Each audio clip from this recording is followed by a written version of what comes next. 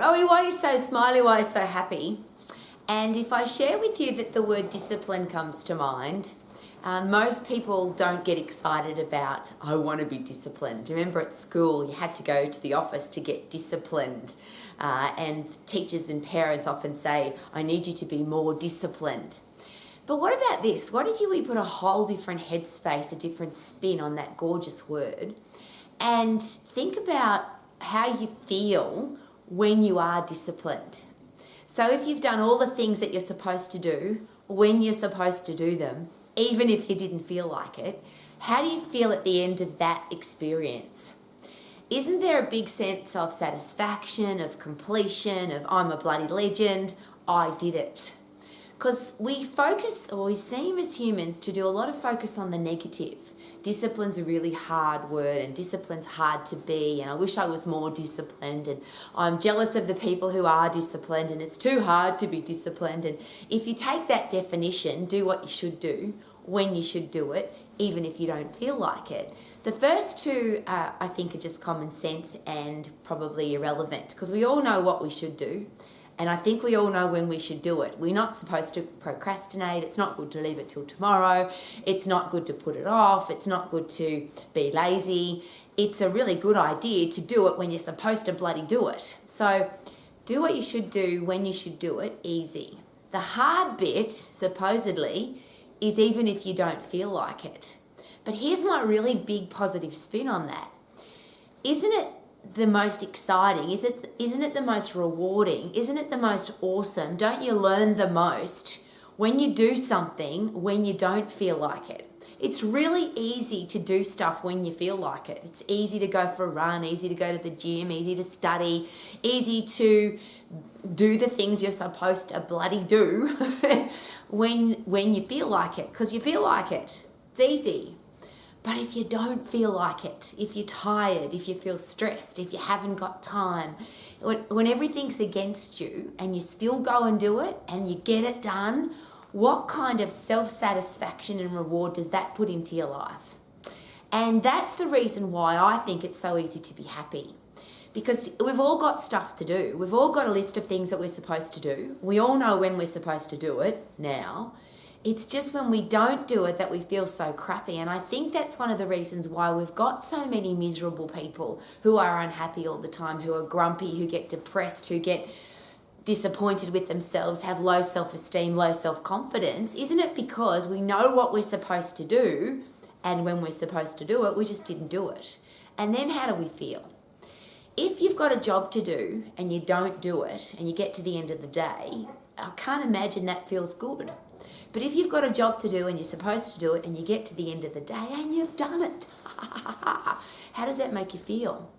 So what if you put that awesome positive spin on the word discipline and say to yourself, I'm going to be a disciplined person? And one of the things when people say to me, Rowie, what are you going to have on your gravestone?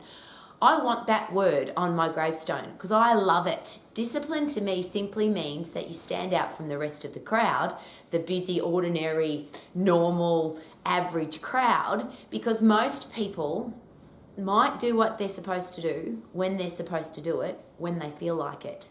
But it's the extraordinary people, and I don't like using that word, but extra meaning ordinary people wouldn't do it, but if you go the extra mile, you do it, even if you don't feel like it. And behind me, I have a bookshelf full of people who I would call disciplined. All the books in our library are people who know what they should do, they know when they should do it, and they did it even if they didn't feel like it. And on top of that, they did it when all the odds were against them, when everybody said, you can't, you're too tall, too short, too fat, too skinny, too old, too young, too inexperienced, you don't have enough money, you're not smart enough, you can't do it.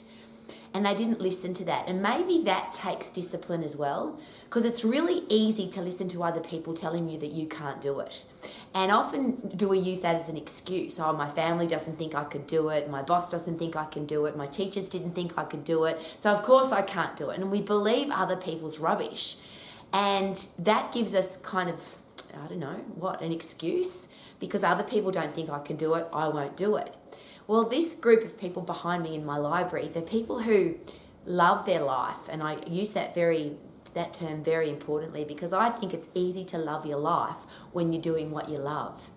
It's easy to love life when it's challenging and tough too, because if you're doing what you love, you enjoy the challenges and the tough times. Is it possible that life gets really ordinary when you're doing something that you don't like to do and you have to do it even if you don't feel like it? That's called a lousy, stinking, rotten job. I've got to get up and go and do something that I don't want to do to pay my lousy, stinking, rotten bills. I don't want to go. Yuck, I don't feel like it. But sometimes you have to go because it's the only way to earn money. Well, I'm going to disagree with that strongly. There are lots of ways to earn money. Yeah, you can choose. You can choose what you love to do. And that's the beautiful thing about that word impossible. It's only impossible if it's somebody else's opinion. That is always somebody else's opinion. It doesn't have to be your opinion. If you decide to do something, and the reason I know that's true, because the book's behind me, every single person that's written a book about being successful, about achieving, about winning, people have actually done it, not people just write books about it, but there's none of those in my library. I only buy books, I only invest in books from people who have actually done it. I'm not interested in the theory. I got caught up in that a long time ago, where I read a whole heap of books and listened to a whole heap of people who wrote stuff that sounded like it made sense, but they'd never done it. So here's a great tip. If you want to learn from successful people, surely the only definition of success is somebody that's actually done it. They've achieved it, not talked about it, not theorized about it, not analyzed it, not studied about it, but actually done it. And all of those people, they were told, you can't do it, it's not possible. Everything that's ever been achieved was once considered impossible. Everything. Somebody said, you can't, and somebody else said, stuff you, I'm going to do it anyway. That's called discipline, isn't it? Doing what you should do when you should do it, even if everybody tells you that you can't do it. And it's easy not to feel like it when everybody says, well, if the world's against you, how on earth do you go and do it? And I think that that's that inner driving force, that I'm going to do this because it's important to me, and then you need a really good reason. So here's a great question. What's your purpose for doing something? And I think that's got to be easy. If you're a parent, a teacher, a coach, a leader, a boss, you've got people relying on you. Surely that's the easy part. You've got people who expect that you're going to be good at what you do. And if you're a parent, surely you want to set the example for your kids. So those days when you don't feel like it, surely that's the driving force. I want to do this because I want my kids to be proud of me. I want my students to be proud of me. I want my family to be proud of me. I want my world to be proud of me. Here's a much more important question though. Will you be proud of you? And I think that's why there's a lot of people that get to the end of their day and they're not very happy, because they know what they should be doing. They know when they should have done it. They should have bloody done it today, and they didn't. So they go to bed feeling miserable. And then you can't sleep because you toss and turn because you feel bad about yourself. The beautiful thing about discipline, it creates deep sleep. If you've got a group of things you have to do, or one thing you have to do, and you know that you have to do it, and you did it when you were supposed to do it, when you go to sleep, imagine that. You put your head on the pillow and you fall asleep deeply because you know that you've done all the things that you're supposed to do. So here's a great question. Rather than being upset about discipline, annoyed about discipline, think it's a terrible word or a bad word, or you don't like it, because a lot of people say to me, oh, Rowie, I wish I was more disciplined, I just don't have any discipline. Here's the thing. Could it be a habit?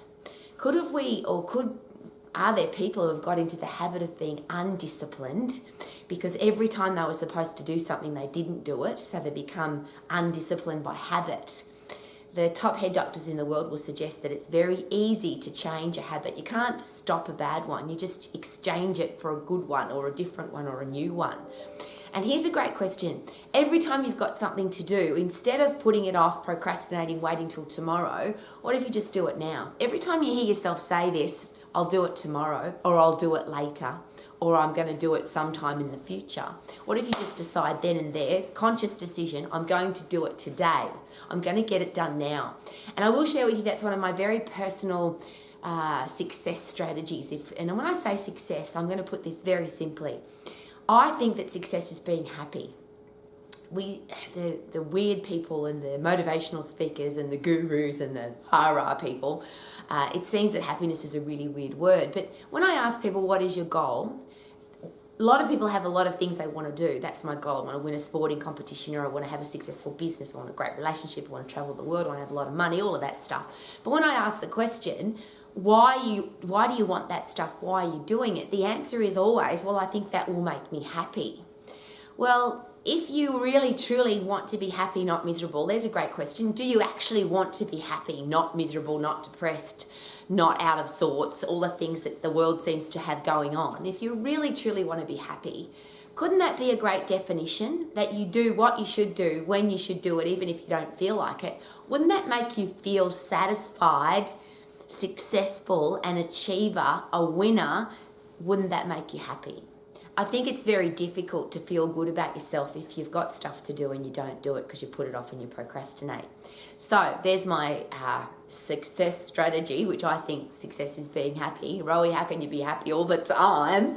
Do what you should do when you should do it, even if you don't feel like it. Discipline's my favourite word. I love it because I think it's the thing that gives us everything that we need. It's the connection between what I want and actually getting it. The connection is discipline. So if you want something, you really want something, then you have to put the discipline in place to do it. But rather than look at discipline as a negative word, why not a positive word? I love getting stuff done. It makes me feel good.